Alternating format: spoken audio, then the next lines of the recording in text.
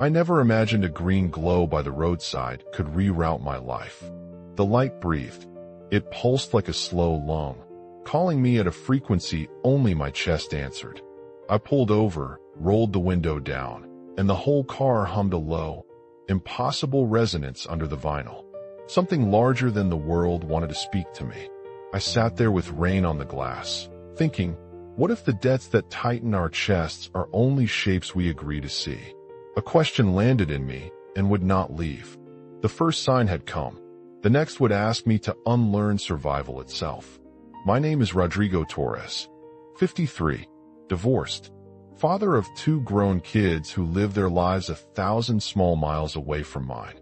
I used to say those facts like a checklist of what I'd lost. Steady marriage, steady savings, steady sleep.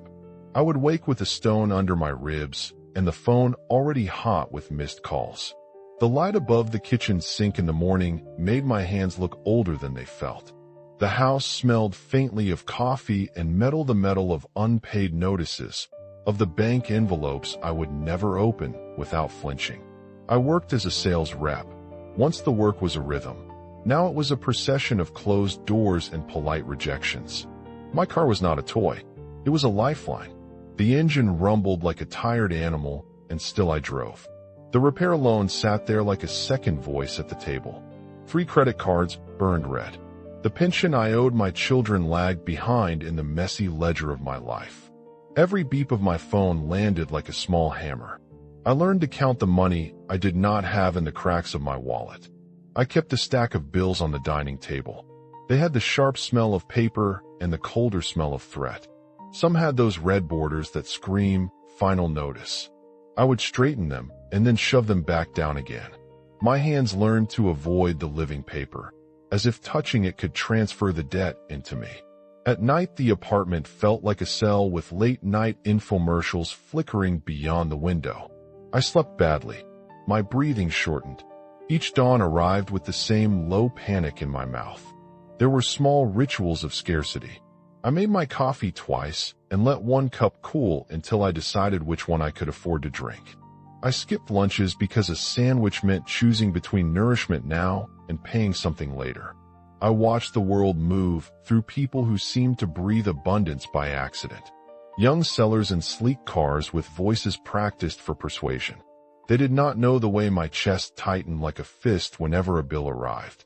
The world told me I was to blame for my age, my skills, my failure to pivot to new platforms. The world felt loud and final. Friends became weather patterns. Eduardo came by and sat as if reading my report card. He wore the sensible air of someone who trusts banks with the faith of a child trusting a guardian. He said practical things. Get odd jobs, sell the extra furniture, take a second shift. His voice had the polished edge of rational panic. You'll lose the car. Then the apartment, he said once, and the air went thin. He offered me a small loan, an envelope I pushed back across the table like a hand with too much warmth. I refused because pride, and because the truth was deeper than money. My interior had been colonized by expectation and dread. At home, I developed one private habit. I would close the door of the bedroom and stand barefoot on the cold floor and breathe, as if that would move something invisible. The radiator clicked. Outside, traffic washed over the street like a low tide. Inside, I practiced quiet patience that tasted like tiny defeats. I repeated phrases to myself in the dark. I will get through this. I will find work. They were small knots I tried to tie around a fraying rope. My body was a faithful barometer. I grew pale around the eyes. The mirror reflected a man whose shoulders had migrated forward, as if guarding an invisible wound. I noticed my hands tremble when writing a number. The tremor felt like an old friend away. My body announced that danger was present. One night, I woke with sweat slick on my forehead and the image of the repo man in a suit like a shadow at the foot of my bed. I sat up and breathed and told myself, that image is not the future. It is a fear wearing borrowed clothes. In the weeks before the green light, I had two small, visceral near miracles that I would later fold into the story like talismans. The first, A client who had ghosted me for months answered an email after I simply sent a note of gratitude for the work we'd done before. He replied with warmth and hired me for a project that covered 2 weeks of my bills. The second, a bakery owner across the street found in his till 5 extra bills the morning I needed change for the bus. He handed them to me and said, almost embarrassed, "I don't know why I have these." Both incidents were small. Both felt like the universe removing small pebbles from my shoe. Yet I was still a skeptic. Skepticism had been the armor that protected me from scams and from the false promises of overnight success. I believed in numbers, statements, contracts. My life had been built on the certainty of receipts. So when the sensation came a voice neither fully inside me nor wholly outside, I braced for fraud or delirium. I had been tired for a long time. Maybe my mind was filling gaps with stories to survive the night. That Thursday night the rain made the pavement shine. The city lights looked like coins melted under the sky. I was driving home after another day of doors that would not open. My hands were white on the wheel. The radio droned about distant headlines I stopped following long ago. Then, on the shoulder, something green breathed. It was a color that was not simply light, but a temperature. The car vibrated. My foot eased the brake without my permission. I pulled over because the world felt like it had slightly shifted under my feet the way a floor will tilt when a storm passes. I told myself it was an accident. I imagined a motorbike down, a stranded person with a flashlight. But the glow arranged itself like someone clearing a throat. When I stepped out, the air tasted like metal and rain and a faint sweetness I could not name. The light pulsed in time with my heartbeat. The world narrowed to the small ring of green and me. I remember the smell of ozone. I remember how the radio static made the hairs rise along my arms. I remember that my hands were louder than my thoughts. The figure that emerged was not a human costume. It was tall and thin as a reed. The head was a gentle exaggeration of what a face might be. The eyes were blue like small storms and held a depth that made me dizzy. The hands were long, elegant, the kind of hands that speak by moving, not by touching. My first human instinct was to run. Instead, my knees folded into attention. There was a peace in its posture that disarmed the part of me that knew how to fight. A sentence came into my head that I did not hear with my ears. "You found me because you were ready," it said, but the voice felt like it rose from the inside of my ribcage. The light softened as if listening. I opened the passenger door without thinking, and the creature slid in like a river, finding a channel. It smelled faintly of rain and something beyond naming. The leather of the seat sighed under its weight. I asked the obvious, the childish questions that hunger and fear make loud. "Who are you? Where do you come from? What do you want?" The answers were not delivered like facts. They arrived like images, like a hand drawing on fogged glass. The being who would later tell me its name was Zarin spoke with sentences that landed and opened in my mind. The car's temperature rolled in waves. The radio flickered like nervous light. The world outside bent into patterns I would only later learn to name. He said, simply, that what I called debt was energy stuck in old belief. That my ancestors had practiced a kind of economy based on command, not pleading. He touched the dashboard with one fingertip and the car's lights flared into a tune. The fuel gauge swung to full. I laughed then, not because it was funny, but because the thing I'd been rehearsing in secret, the wish that things could simply change, had been answered in the most absurd, immediate way. Even then, my rational mind put on a code of explanations. A trick of the instruments. A coincidence of sensors. Exhaust fumes, and the human tendency to find meaning where there is none. Yet the image of the green light stayed in my chest. And with that image came a very small, fierce curiosity that would not be talked down by shame. I felt a quiet edge of readiness, a hunger to test the strange promise that had dropped into my lap. A test that would ask me to do the riskiest thing a man afraid of losing everything could do. To ignore the ledger and trust the feeling that something else might be writing the bill. Pause. I needed you here with me, if only to say, This channel is new and this story lives because people choose to. I said the words out loud in that empty car, partly to see how they sounded and partly to anchor them, so I couldn't slip away. I ignore this bill because I claim authority over it, I said, and the sentence felt clumsy and electrical at once. Zarin smiled in a way that did not move his lips. Forget it for 7 days, he said. Do not plead. Decree.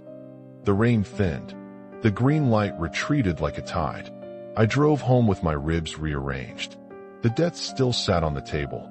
They smelled the same, but something in me had shifted into a different stance. The skeptic felt giddy and threatened at the same time. The night closed around my apartment, and I went to bed with the bills in a cardboard box, untouched. My mind, the old ledger keeper, complained. My chest, the new weather station, kept an even, small confidence. Later that week, the first sign came like someone correcting a clerical error. A call from the power company. We found a duplication, the voice said. You're actually in credit. I laughed once, loud and sharp. My hands trembled, but not from fear. That night I sat at the window and watched the city breathe. I allowed a small, stupid hope to rise. The world had not yet taught me to believe in miracles. It had only taught me to notice them when they arrived in the form of corrected numbers. And I was only at the beginning. I told Eduardo right away. He listened with the blunt face of someone keeping his balance in a precarious world. You needed to see it, I said, words tumbling in the urgency of someone trying to share proof. He folded his fingers around his coffee cup and studied me like a book he had not wanted to open. You're exhausted, Rodrigo, he said. This kind of story is for late-night shows. People selling hope. His voice clipped against the tiles of my kitchen. There was a pity in it that landed like cold rain. He offered money again, the practical shelter of a loan, and I thought of all the ways I had said no. Pride, stubbornness, a new, quiet insistence that I would try one other route. The world outside my small living room was skeptical too. The neighborhood barista knew me as the man who sometimes bought a single pastry. The landlord called about the overdue month. Each voice was a small, real pressure. But inside me a different pressure was rising, the pressure of an experiment and of witnessing a possibility that threatened everything and everything I had built my life around. If what Zarin said was even partially true, then my attention mattered more than any spreadsheet. Then my inner habit of scolding myself for not being enough was the actual tax collector. I began the 7 days with ritual because ritual steadied the body. I cleared a small space by the window. I sat with my feet on the cold floorboards. I breathed deliberately. Inhale, imagine abundance like a warm tide. Exhale, feel the debt shrink. The loops I used were simple and original to that week. I declared them like a surgeon's steps and repeated them in bed, in the shower, waiting for appointments. I said, I am the one who commands my accounts. I am greater than a number. I allow abundance to enter without apology. Short, sacred, concrete. On the second morning, the bank called about a misapplied interest rate. On the third, an old client returned. On the fourth, an unexpected discount arrived for one of my card balances. Each sign was small and could have been coincidence. I tried to test each signal with yes and no questions like a child checking whether something is true. The logic of probability pushed at me. Still, I felt things shift in my chest, trust tightening like a bowstring. Many miracles stacked, like coins in a jar. An aunt in another city, whom I had not spoken with in years, sent a check with a note, thinking of you. A supplier emailed a corrected invoice. A local shop offered me a temporary part-time gig that paid enough for the week. These were not windfalls delivered on a golden platter. They were precise and messy, the kind of things that could be explained by systems and errors and human kindness. But they created cumulative momentum. And momentum, once in motion, has a way of convincing the body that the mind had only been slow to accept the truth it already knew. In the middle of that week, my old fears surfaced like an old wound under a healed scar. I felt foolish, exposed.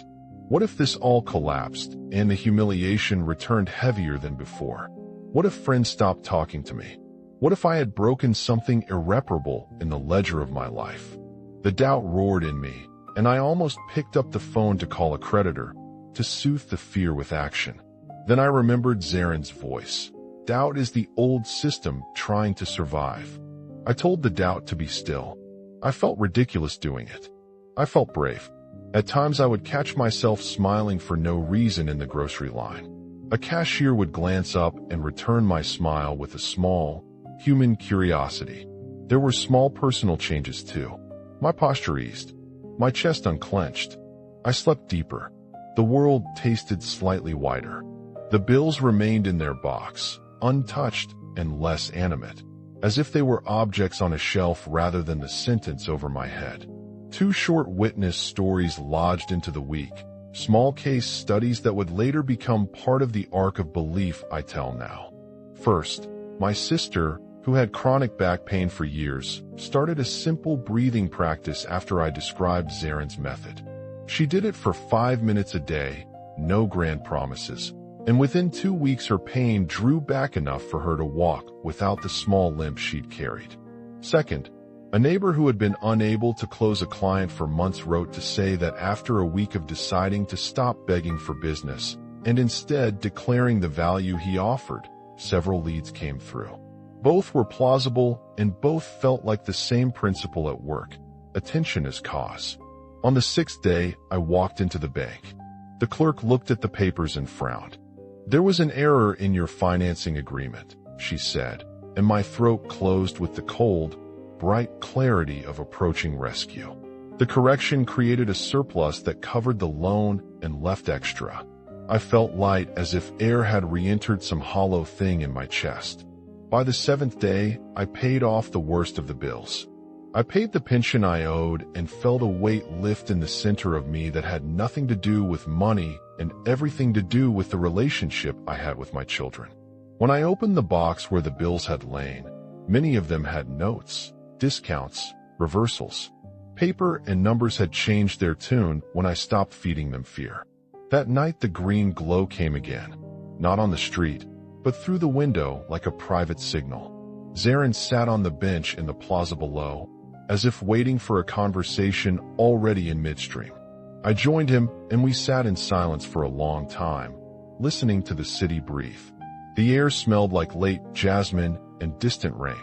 I felt like a man who had found his account reconciled not only in the bank, but in his bones. He did not lecture. He did not give me a formula to sell. He spoke with 2 short sentences that cut through all my old, careful reasoning. "Your expectation is your command," he said. "Your attention is your tool." The words were small. The silence after them was large enough to fit a new life. I said them aloud 3 times, the way someone tastes a word to know it is real. The first time my voice trembled. The second time it steadied. The third time it felt like a hinge clicking into place. He placed his long hand over my chest for a moment. There was a warmth that felt like a reset. My body did not forget the pressure. My breathing changed as if recalibrated. He told me he had adjusted my frequency just enough for that week, so I wouldn't forget what was possible. He did not promise miracles without work. He calibrated.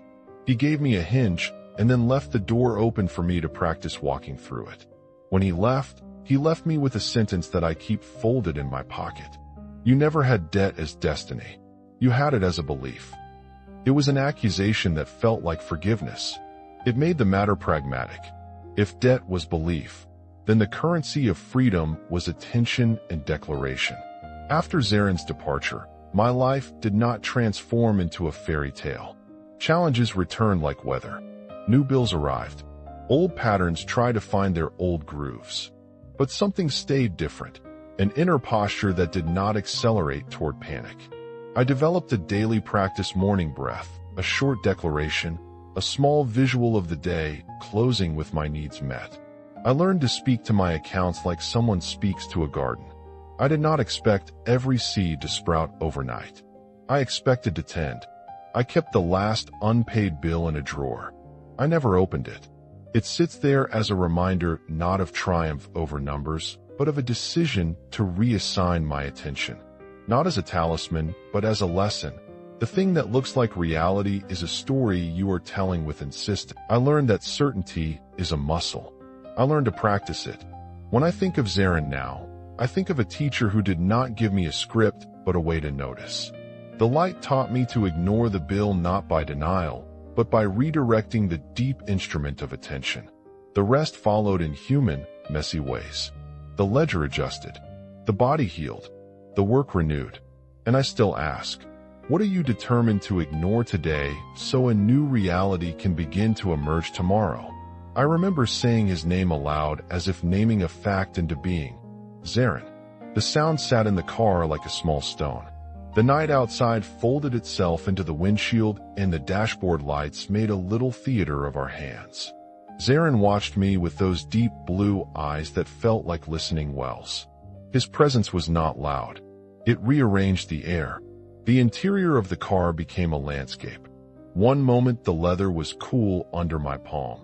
The next a warmth ran through the seams as if the seats were breathing too. The radio, that old companion of empty drives, flipped through stations like a restless animal and then dropped into a thin static that felt like snow on my skin. I could taste rain and metal and the improbable sweetness of possibility. My throat tightened. I realized my breath had been shallow for hours. He watched me breathe until my chest lengthened. You call it dead, he said, not by moving his lips, but as if the thought unhooked itself inside my skull. We call it energy folded into stories. The sentence landed not as doctrine, but as something you might pick up on the street and hold, heavy and warm.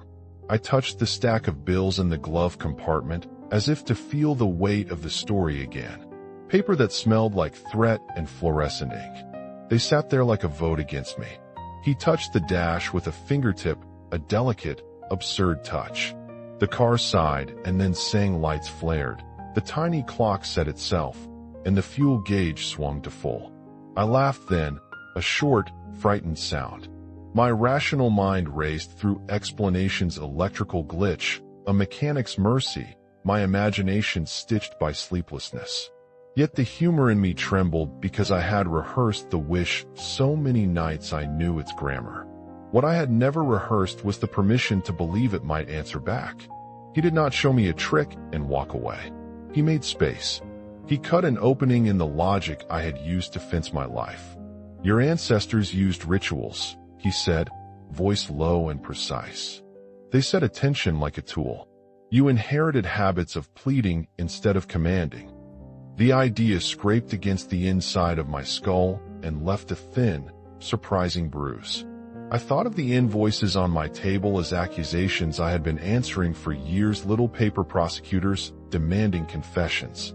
The thought that they might be in agreement I could change felt dangerous in the way truth often does. He asked me to look up. The clouds arranged themselves like a wide eye, and the stars within were wrong, new constellations like notes I could not play yet. For a moment, I believed the sky had been composed for me. Heat moved along my arms. A small, ridiculous courage swelled. If attention was the instrument, then perhaps attention could be tuned. The car's small theater fell silent. Outside, the city was the same: taxis, a man walking a dog, a distant siren. Inside, something shifted in scale. He taught me a tiny protocol then, a way to convert a feeling into a command. It was simple and therefore dangerous. I had expected complex machinery formulas, names of frequencies, impossible alters. Instead, he asked for 3 breaths, a tactile contact with the offending paper, and a phrase that sounded like a tool. Not pleading. Decree, he said. He held my gaze until my hands, which had been doing the counting of debts by habit, stilled. I scraped the edge of the overdue electricity bill with my thumbnail until the fibers of the paper tickled. The texture was ordinary, honest as cardboard. He guided me. Breathe in abundance, breathe in resolution, breathe the certainty of the ending. I did it, like a man obeying a drill sergeant and a priest at once. When he told me to speak, I heard myself. I ignore this bill because I claim authority over it. The voice sounded unfamiliar, like the voice of a man who had been practicing humility for decades and had finally shifted posture. Then he said the hardest part: forget it. Not postpone. Not set a new reminder. Forget, leave it as if it were an object on a shelf you no longer consult. The instruction felt like stepping off a curb into fog. My body wired toward panic. The part of me that had been an accountant my whole life wanted to call someone, to check balances, to make a plan. He did not flinch. Doubt is the old system surviving, he said simply, and the phrase landed like a key. I left the bill in the glove compartment and drove home with my mouth oddly dry. When I unlocked the apartment, the paper mountain sat the way it always had, neutral and accusing. I put the electricity bill in a cardboard box on the couch, like I might put a child in another room when company comes. I went to bed with the phrase warming my chest. The night folded me like paper. The city breathed outside with the relentless patience of strangers. In the morning, the phone rang and the voice on the line was bureaucratic and small. "We have identified a duplication in your account," she said. "You are actually in credit." The world turned horizontal for a second. I laughed, a sharp, surprised laugh that made the neighbor's washing machine sound companionable. I could have called it coincidence. I could have threaded every Y into the database of lucky errors. Or I could feel the seam where my attention had been moved. The seam did not explain everything. It rearranged one thing. There was something tender in that exchange, a first evidence that attention, carefully directed, produced a measurable disturbance in my life's ledger. Yet I still did not know whether the disturbance had been produced by him, by me, or by some pattern of human systems that sometimes correct themselves. That ambiguity hung in the air and, for the first time in months, felt like an invitation rather than a threat. Mini cliffhanger. I had one small proof, and with it a decision to make test again or shelve the moment as an oddity. The next step would ask for more than curiosity. It would ask for discipline. He asked for practice. The word sat between us like a pact. Practice, he repeated, and when he said it the texture of the night sharpened. Do not treat this as magic. Treat it as training the instrument that is attention. He described 3 simple experiments I could run that week, each one a small, observable wobble to measure whether the calibration held. The first experiment was the one he had already given me. Tactile contact, breath, decree, forget. He asked me to repeat it with a different paper every day: water, electricity, credit, small, exact things. He emphasized the forgetting. Forgetting is the signal, he said. When you look away, the system has room to rearrange. I felt ridiculous and precise doing it. The motions became like checking a gas gauge. I touched the bills, felt the fibers, closed my eyes, breathed, and spoke. I command this to settle in the way that serves my life. The phrase in my mouth felt less theatrical each time. It compacted into authority. The second experiment required a public edge. He told me to stop answering one kind of call for 24 hours, calls from unknown numbers that might be collectors or clerks. I was to put my phone on silent and watch what happened in absence. The first hours were electric with temptation. Each vibration made me flinch. I imagined repossession men at the door, lawyers with impassive faces. My chest became a drum. But then the hours passed into a strange economy of silence. And in that silence, small, human errors began to surface: an automated message resent, a duplicate charge reversed, an old client trying to clear a misunderstanding. The world rearranged not with thunder, but with clerical edits. The third experiment was a kindness test. He told me to perform 2 small, unpaid acts of service that week: give the baker exact change he did not expect, call my sister just to breathe with her, fix Mr. Alvarez's wobbly fence for nothing. He said generosity is a lever. When you balance the internal ledger with outward motion, someone or something in the system corrects a corresponding entry. I balked at the idea of giving away more when I needed so much. But I did it. The baker smiled as if remembering a town where people still surprised each other. My sister's voice unclenched and later she told me her back felt easier after she started the short breathing we traded. Tiny returns came back to me, like coins in a jar. Each experiment needed precise. The bills were still there, stubborn and ordinary, but their edges seemed less sharp when I went to the kitchen. I told Eduardo because part of me needed to externalize the story not as proof, but as a trial record. He sat at my table, the cheap radio muttering football scores, his watch glinting like a small verdict.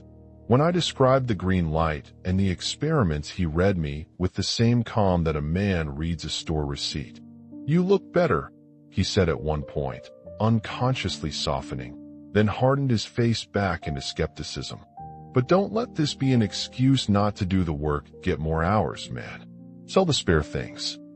He offered money again, practical rescue wrapped in a friend's fear. I felt gratitude and indignation both.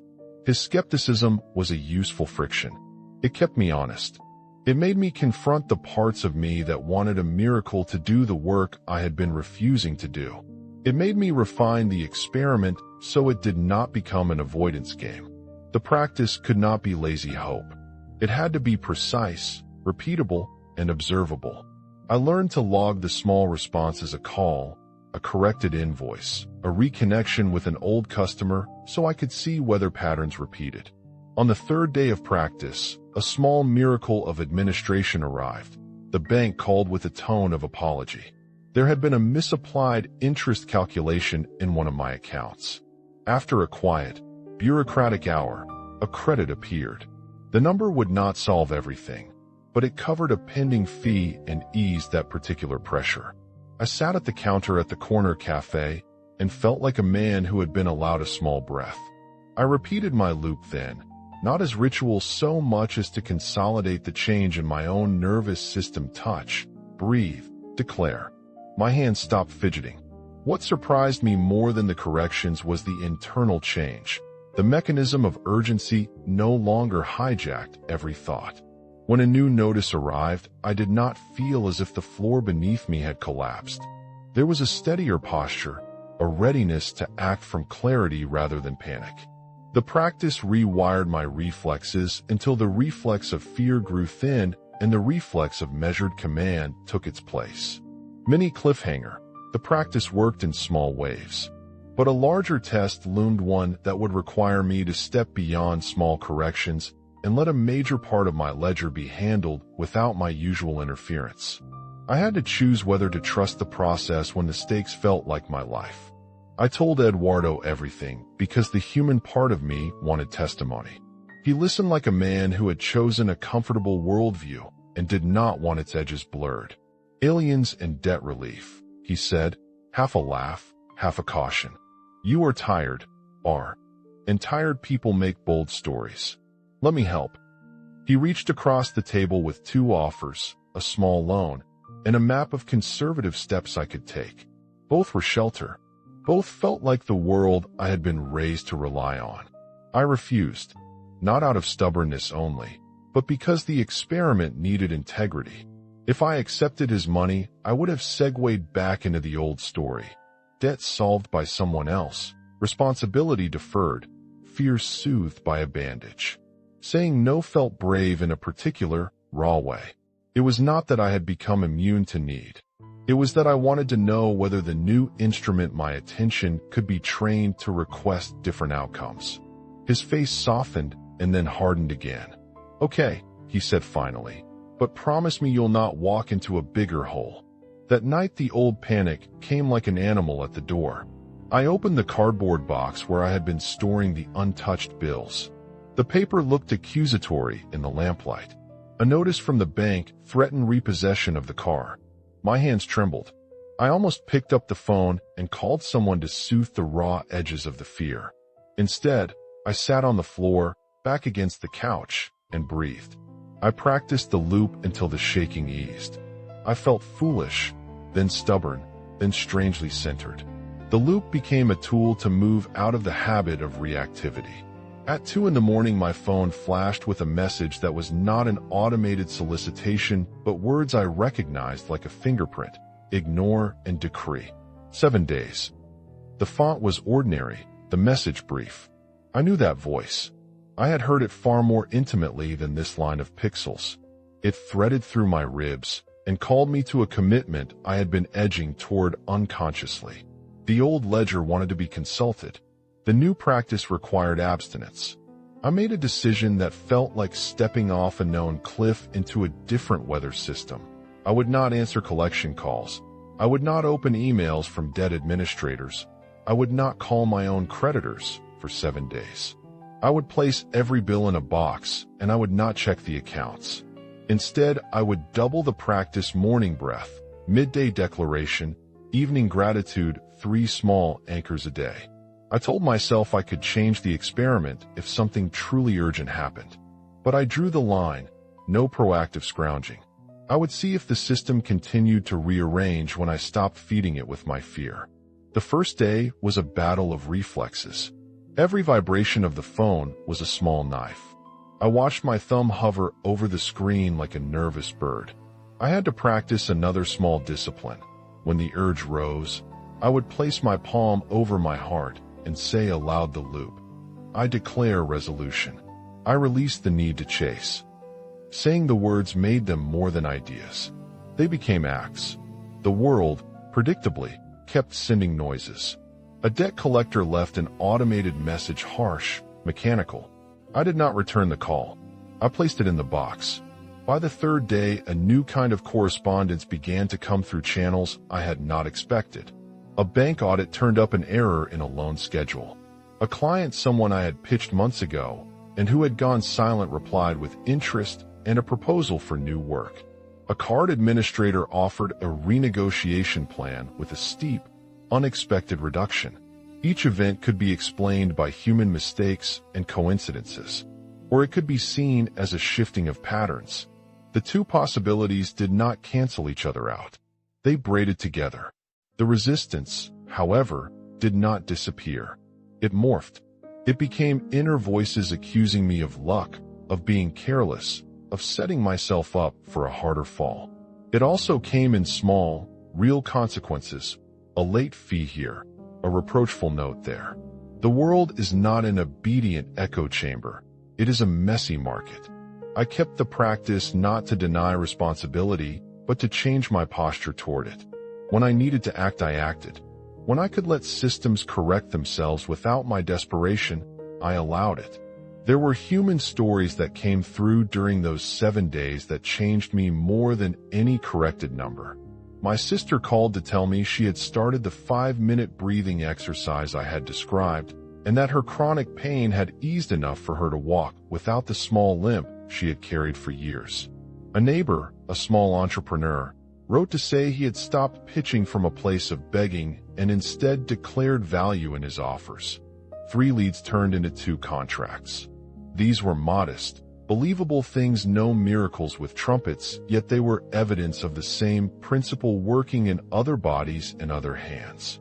By the end of the 7th day, I opened the box. My hands were steadier than when I had put the first paper inside. Half the bills had notes attached, discounts, corrections, cancellations. The city felt less like a judge that morning and more like someone who might be careful with my steps. I went to the bank with a stomach that fluttered in a way that felt close to hope. The audit credit covered the worst of the loan, and extra remained. The number itself was not mystical. It was administrative, but the emotional weight it removed was enormous. When I paid the pension I owed and the last of the late notices, I felt something in my chest unclip. It was not victory in a sermon sense. It was the quiet relief of a knot undone. The posture of my shoulders changed. The mirror did not lie. There was less gray around my eyes and a small line of softness where the worry used to sit. The bills remained a thing in a box, neutral now, like spare tools in a garage. They existed. They no longer owned me. I met Zarin that night on the bench in the plaza below my window. He sat like someone who had been reading the shape of the city. The green light around him was softer than before.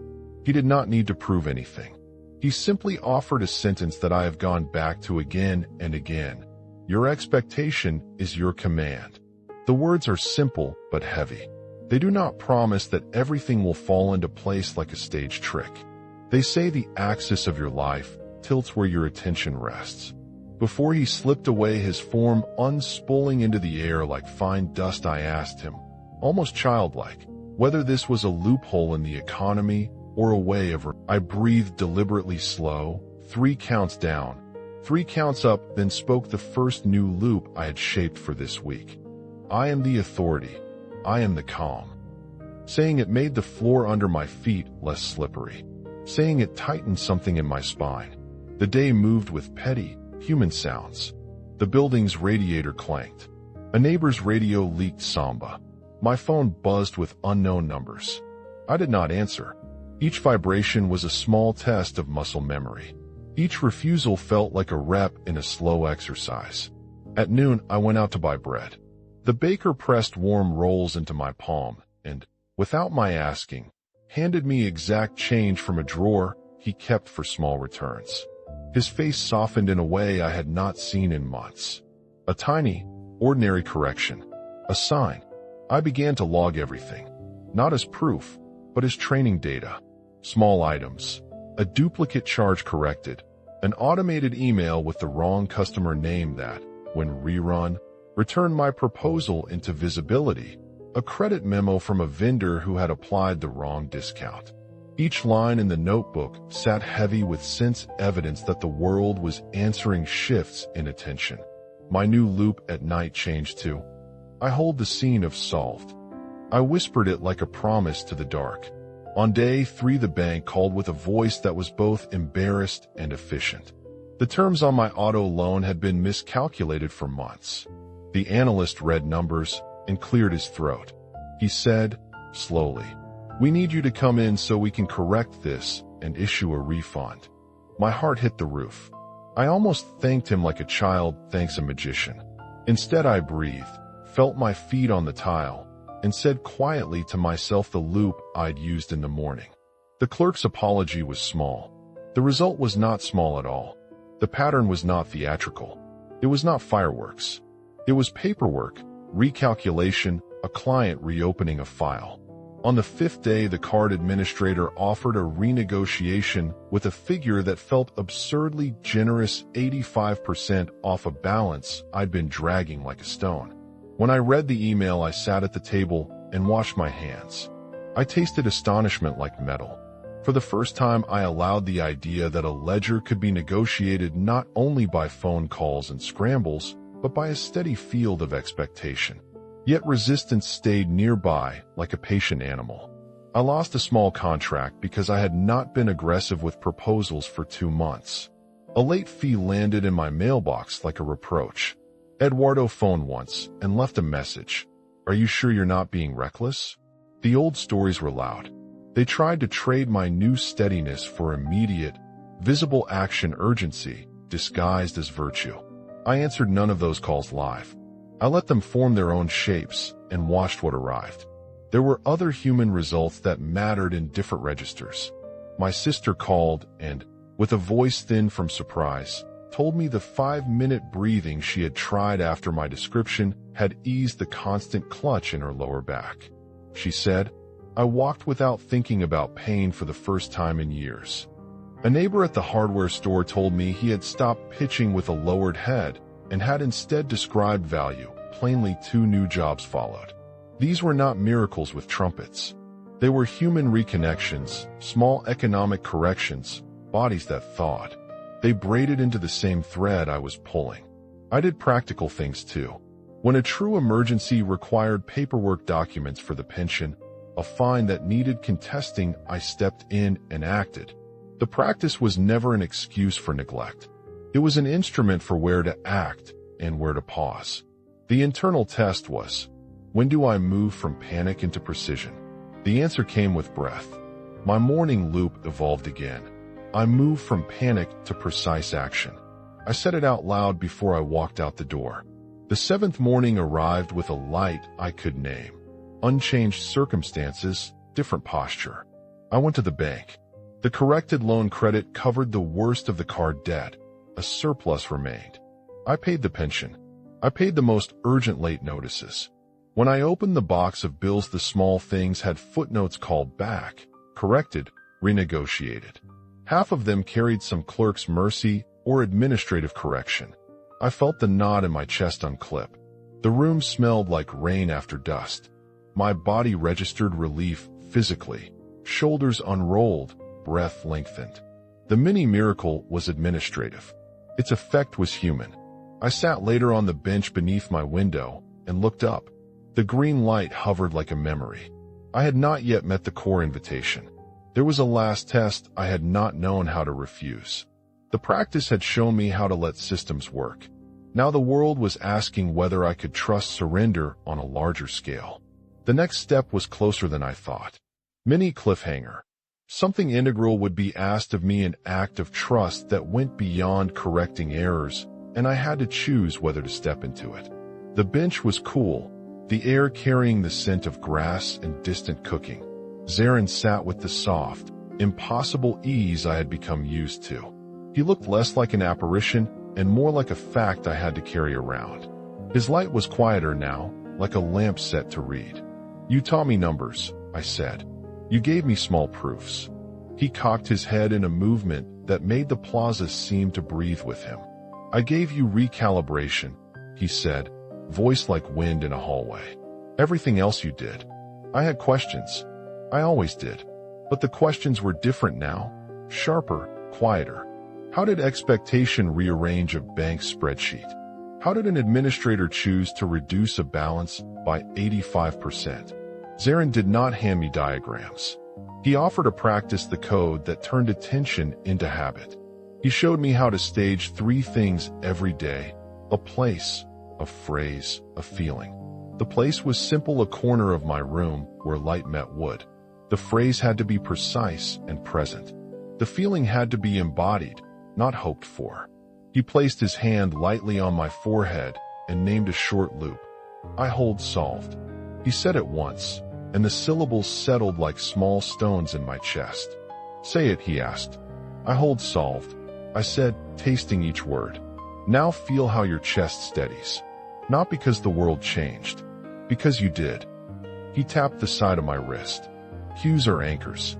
The world follows the field you cultivate. Not always immediately, not always as you expect, but follow. He then offered variations, practical permutations that fit different moments. In the morning, I rise solved. Midday, when irritation surfaces, I return to solved. At night, a gentler close. I rest in solved. Each one was a micro-ritual. Place, breath, phrase, forget. He warned, forgetting is the workbench. When you look away, the world rebalances. I practiced them, awkward at first. The phrases were not mantras to be chanted aimlessly. They were decisions enacted through the body. I would press my palm to my chest, breathe 3 slow counts, and speak the short line. My body registered the sound like footsteps on a path it had once known. The effect was subtle, softening jaw, longer exhales, but cumulative. He also taught me language to use with others. When a creditor called and negotiation made sense, the words changed the posture of the conversation. Instead of begging, I spoke from position. Instead of shrinking, I described a factual need and requested the corrective. I learned never to promise what I could not deliver. The practice was not a license to avoid practical commitments. Responsibility, Zarin said, is the shadow of creation. Create without it, and the light is meaningless. That line, responsibility is the shadow of creation, sat heavy and true. I began to see the ethics of attention. Expectation without action was fantasy. Action without expectation was frantic. The two had to dance. He gave me a small exercise to pass on. It was a 3-step micro-protocol for any small emergency. Find the place, take the breath, speak the phrase, then act with clarity. I used it when a supplier called to demand payment for an invoice already disputed. I moved through the steps and then picked up the phone and spoke with quiet accuracy. The supplier rescheduled. The tone of the whole exchange felt different. The voice on the other end listened in a new way. We spoke about limitations. Zarin never promised that every bill would evaporate. He said, "The field you hold changes how things form." It does not grant you carelessness. He reminded me to double-check legal matters, to keep records, to act when laws required. He wanted me honest. He wanted me powerful and ethical. That evening he asked me to run a final calibration with him. He put his palm to my chest and said, softly, "Anchor the certainty. Speak it. Live it. Teach it." He spelled a short, portable loop. Solved now. Solved always. He asked me to repeat it 3 times. Each repetition felt like a key finding its tooth.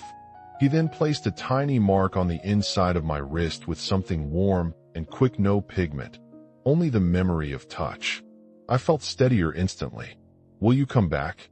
I asked, perhaps silly. "Only if you ask and are ready," he said.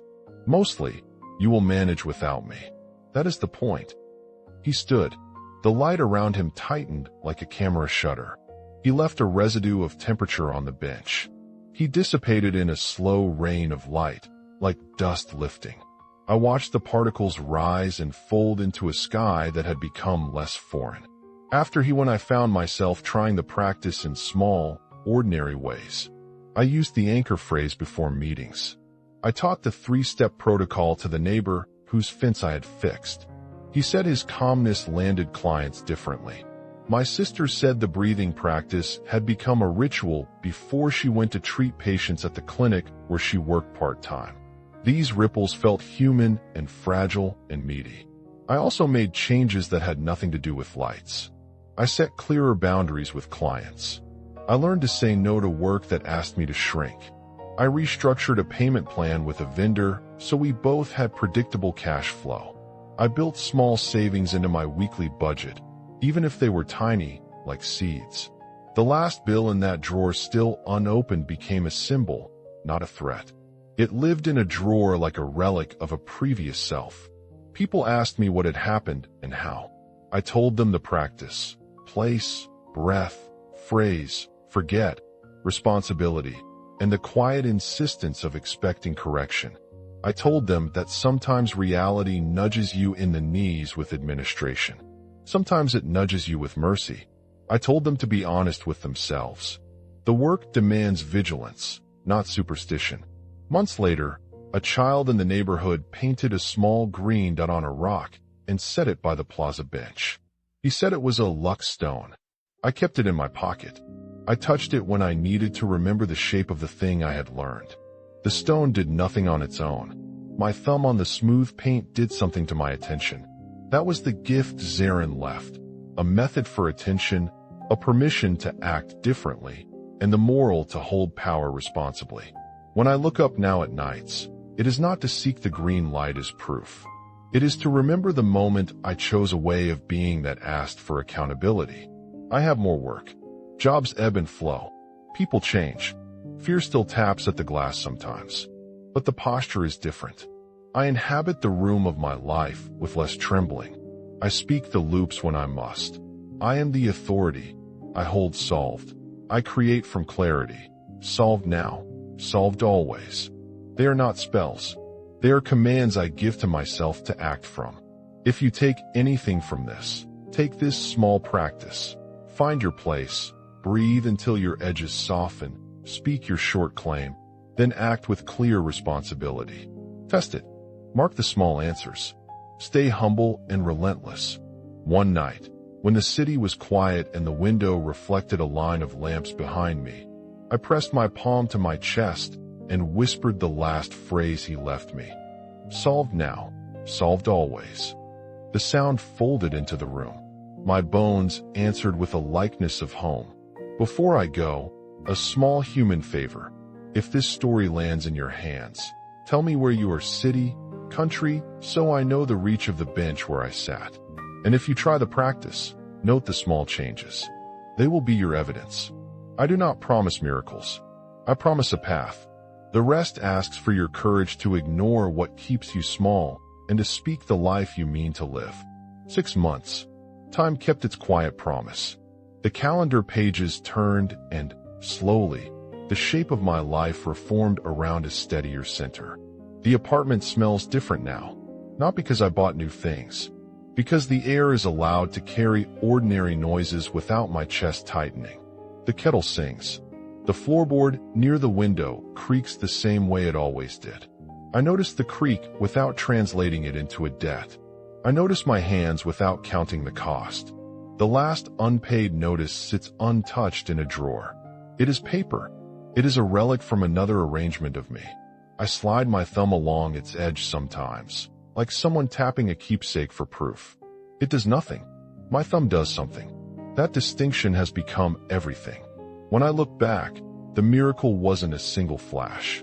It was a slow rearrangement, a sequence of tiny failures and corrections. The vanishings, the calls from banks, the unexpected credits, Eduardo's surprised silence when things righted, those were signals. But the real work was quieter. Learning to stand in the room of my life without apologizing for the air I take. Learning to let a certainty live in my chest and to act as if it were already true. I learned rituals that keep me honest. They are small. They are human. Every morning, I make a place at the kitchen table. I breathe 3 counted breaths.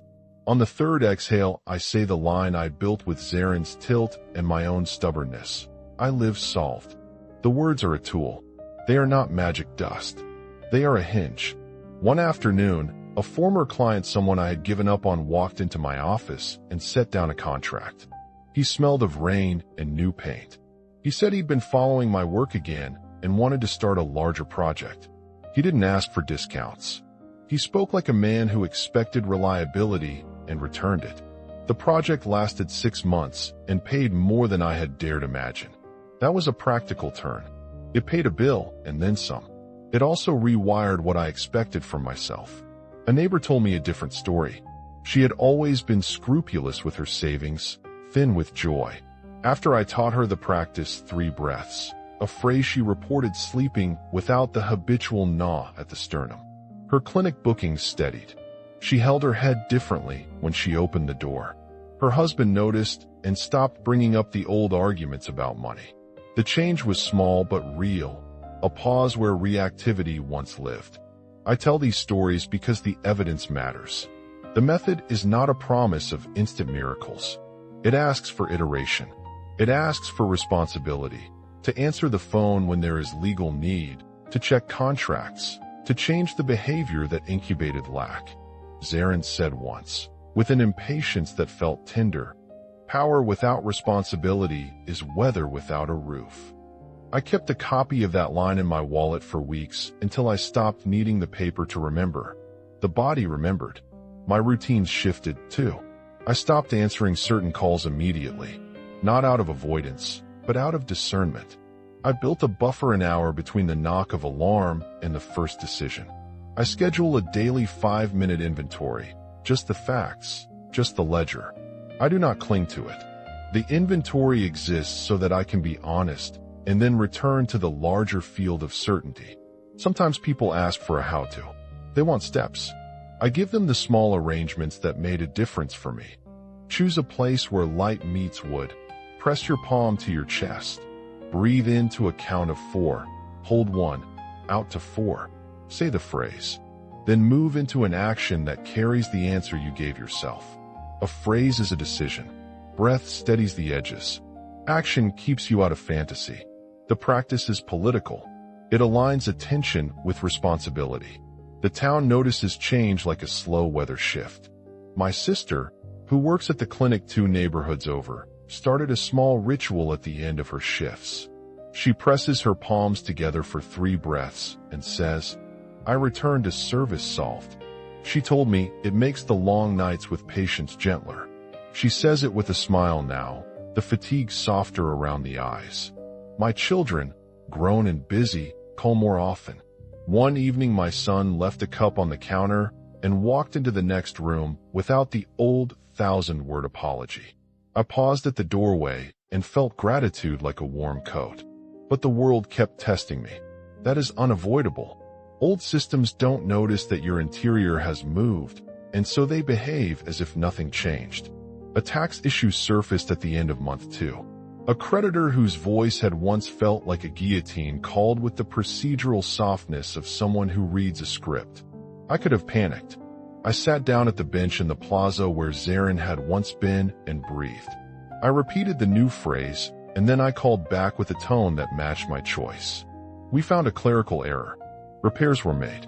The day was not a triumph so much as an application. There were deeper shifts that surprised me.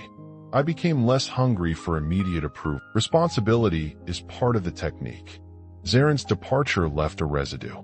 It is a tactile thing in memory: his hand on my chest, the warm touch at the wrist, the short lines he taught me that have become keys. One of those he pressed into me was a posture of language. He taught me to refuse begging language. He taught me to speak from place and ask for adjustment, not forgiveness. That changed my conversations with banks, with clients, with myself. I built small record-keeping habits. I created an accounting drawer that is not a panic drawer. I keep 2 lists: obligations and offerings. Obligations are facts. Offerings are the ways I can respond. The lists make the world less like a storm and more like a tool set. A new habit I did not expect: gratitude as a threshold, not a verdict. Gratitude used to feel like a tidy bow to use when everything was done. Now I use gratitude to notice what I actually have before I decree more. A grateful breath before the phrase keeps my focus from becoming a wish list. It keeps the phrase from turning into denial. This is a quiet discipline. It is also practical. Gratitude calms the nervous system. A calm nervous system is better at negotiating disputes. If you try the practice, keep simple records. Not to prove anything to anyone, but to witness the small answers. A friend who runs a small bakery started writing 1 line of evidence each evening. Week by week, she noticed patterns: new customers after a morning ritual, better decisions about stock, an employee who returned to work with new steadiness. The record became fuel. There is an ethical edge to this. Power changes things. It does not absolve you from the kindness required to hold that power.